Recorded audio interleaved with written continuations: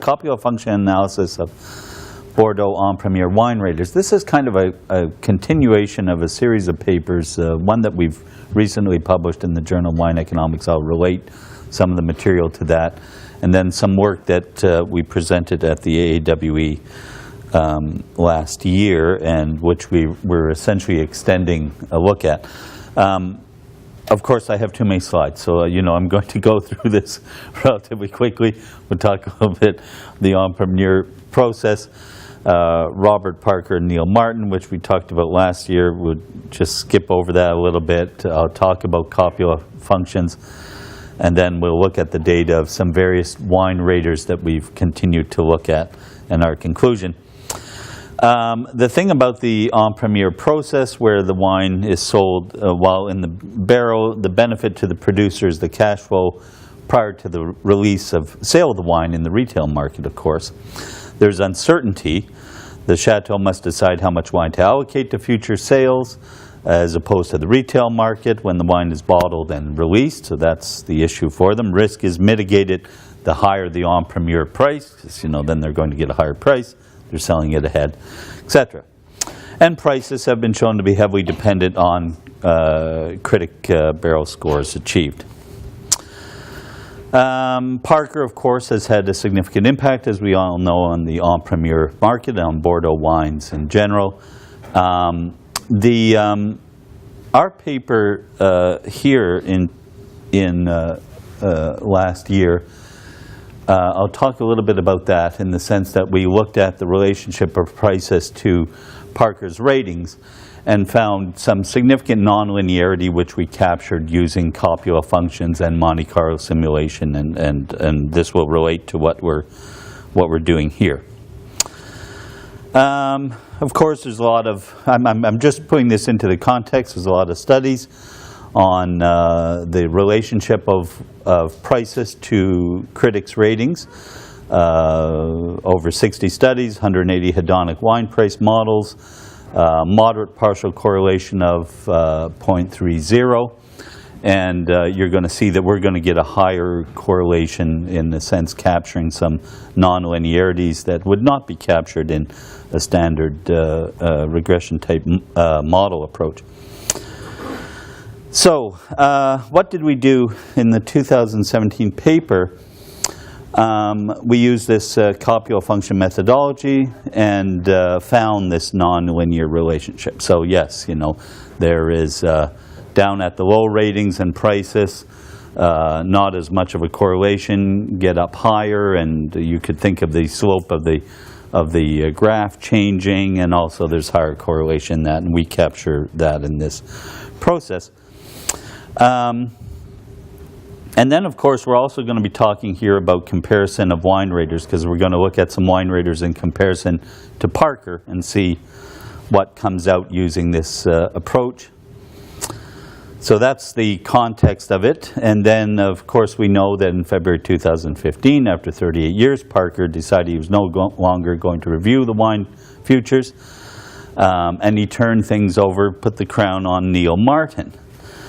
And April 2016, he's advocated responsibility for Bordeaux wines. So the issue, of course, there's been the issue with Parker, and of course that spills over to today, his impact upon Bordeaux wines. Although you would have to say that impact and the change in the wine also opened it up to the American or New World market a bit so than previously. So then along comes Martin, and the question is that given the investment in designing wines around the preferences of Parker, who would be the closest to Parker of several known or regular wine critics? Who really has the crown to carry if you say to yourself, I liked Parker's ratings and every wine he liked, that's what I want.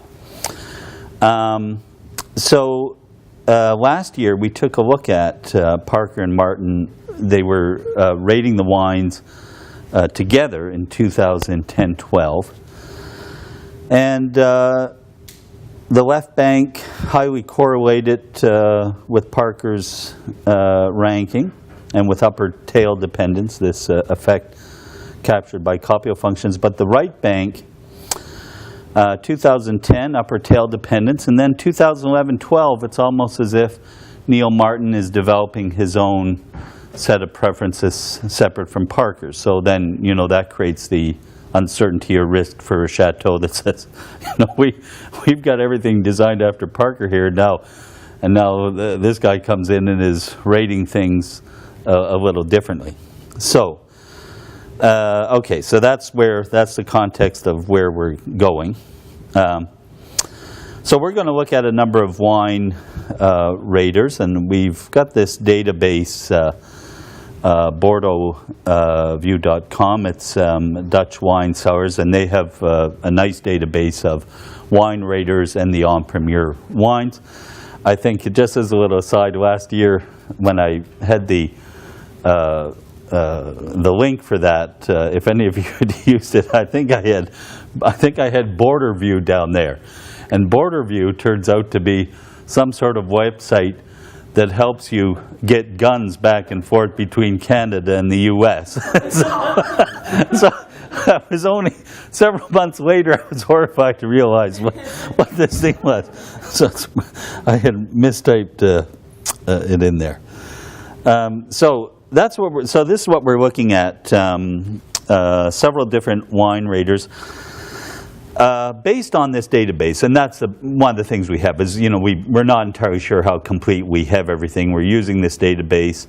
The double star asterisks, they do not appear to continue to rate. So we're going to look at basically the ones that are with the single asterisks, Decanter, etc., James Suckling, Jane Anson, and this is the data that and there's a couple of new ones, of course, that start in 2017 for the Wine Advocate. Chris Kissack also looks like it started in 2017 rating. So there are some new ones. We can't say anything about that. This is the data that we have for right and left bank, which is the number of wines that were rated by both the raters that are along the top here, such as Decanter. You can see we've got a pretty good set of data. This is 114 wines that were jointly ranked or rated by Parker and Decanter. So we've got, you know, real good data there. I'm just going to point out before, you know, we'll jump through this. We're not going to look at the left bank. Just going to show you the right bank results.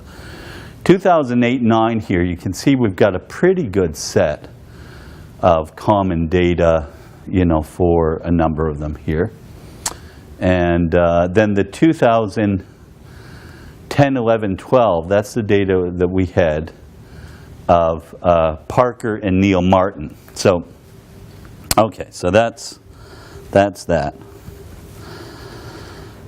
Okay, so getting into copula functions, one of the good things, I think that in the 2017 paper, we've got a pretty good story there all about copula functions. If it's something that you want to read and look at, it explains copula functions. A lot of the overheads I've got here are, in a sense, embedded in there. It talks about the methodology, which we're not going to have time to go over too much here based upon, but the main idea here is that, you know, what would be really great whenever you're looking at two variables is to have the complete bivariate distribution. Then you can tell things about, you know, when one thing is high and the other one is low, and how the correlation is changing completely over if you had the complete distribution. While copula functions allow you to model that, because the Sklar's theorem says, oh, you know, there's marginal distributions for the two variables, but then there's this copula that links them, and we can identify that separately from the marginal distribution. So that's the neat thing about it. And then that gets into, so it allows for the consideration of marginal distributions and dependence as two separate but related issues.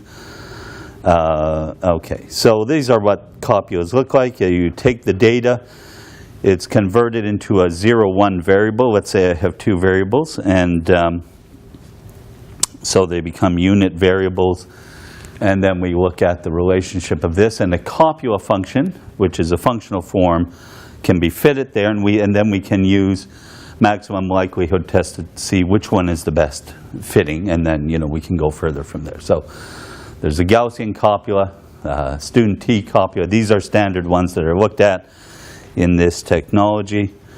Clayton, and the Clayton and Gumbo we're interested in because we want to get to this idea of tail dependence, that if it's highly rated by both of them, is there high correlation there? Or, and you can turn this one around and use it to also measure upper or lower tail dependence in each of these. And then Frank doesn't show it well, but that's when the correlation is higher in the middle.